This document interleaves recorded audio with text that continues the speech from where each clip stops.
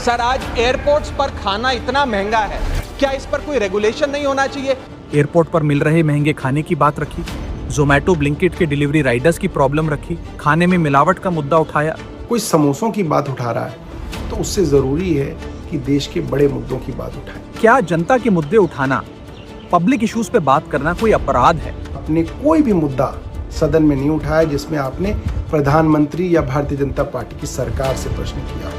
मेरी खामोशी को मेरी हार मत समझ लेना, मैं वो दरिया हूँ जो वक्त आने पर सैलाब बनता है। भिवंडी के प्राइम लोकेशन न्यू मिल्लत नगर में शुरू हो रहा है एक नया township chapter.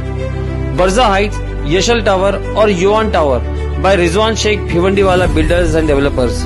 Modern planning, world class amenities, मस्जिद, मदरसा, garden, kids play zone, gym, hospital सब है यहीं। 5 से 6 एकड़ का मेगा प्रोजेक्ट, ब्यूटीफुल लैंडस्केप और 100 फीट वाइड रोड कनेक्टिविटी।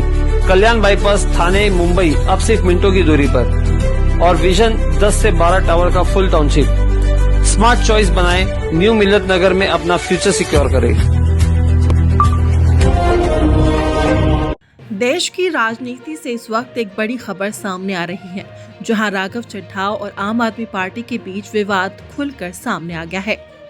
आम आदमी पार्टी ने राज्यसभा में अपने डिप्टी लीडर के पद से राघव चड्ढा को हटा दिया है और उनकी जगह अशोक मित्तल को जिम्मेदारी दी गई है।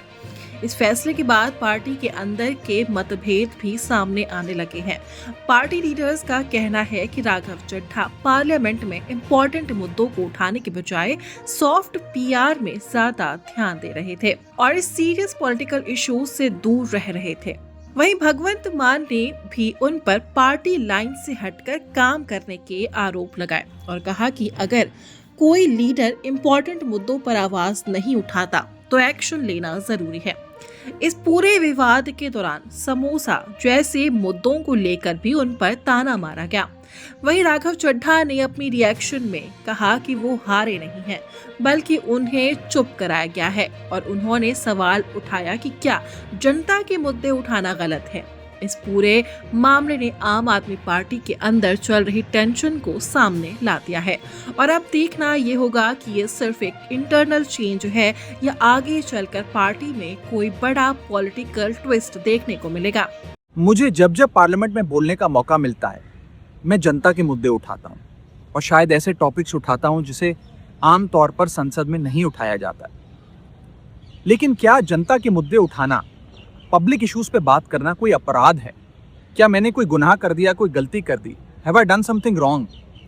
ये सवाल आज मैं इसलिए पूछ रहा हूँ क्योंकि आम आदमी पार्टी ने राज्यसभा सेक्रेटेरिएट को ये कहा है कि राघव चड्ढा के पार्लियामेंट में बोलने पर रोक लगा दी जाए। जी हाँ, आम आदमी पार्टी ने पार्लियामेंट को ये सूचित किया है कि राघव चड्ढा को पार्लियामेंट में बोलने का मौका ना दिया जाए। अब भला कोई मेरे बोलने पर रोक क्यों लगाना चाहेगा? मैं तो जब बात करता हूं देश के आम आदमी की बात करता हूं।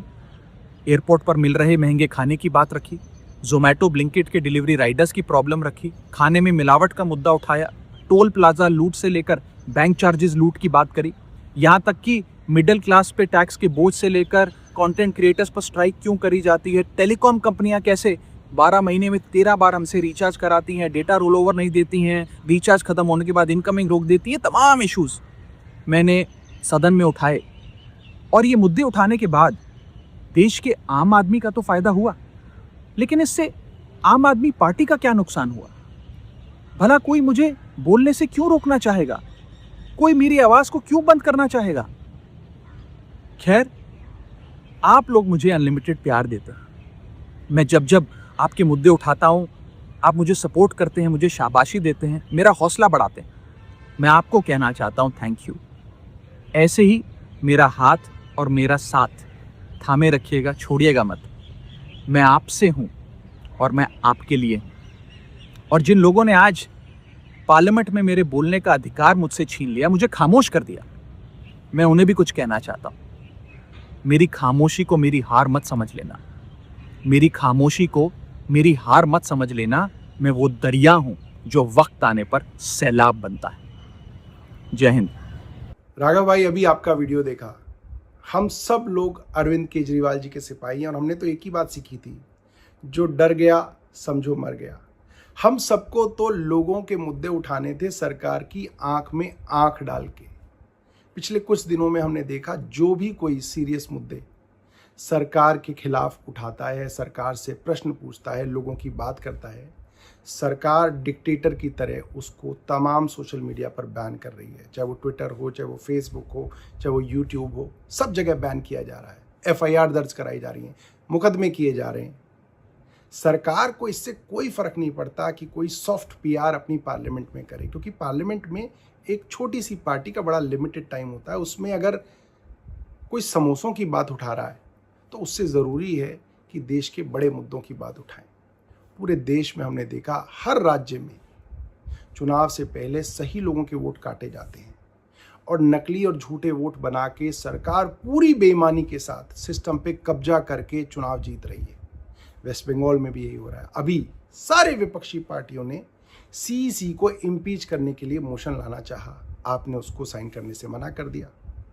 जब भी कोई मुद्दा हो जिसके ऊपर अपोजिशन वॉकआउट करती है, आप वॉकआउट नहीं करते हैं। पिछले कई अरसे से मैंने देखा आपने कोई भी मुद्दा सदन में नहीं उठाया जिसमें आपने प्रधानमंत्री या भारतीय जनता पार्टी की सरकार से प्रश्न किया हो। ऐसे डर की राजनीति कैसे चलेगी? हम लोगों को पंजाब के मुद्दे उठाने हैं, जहां से आप चुन के आते हैं, आप वो मुद्दे भी उठाने से घबराते हैं।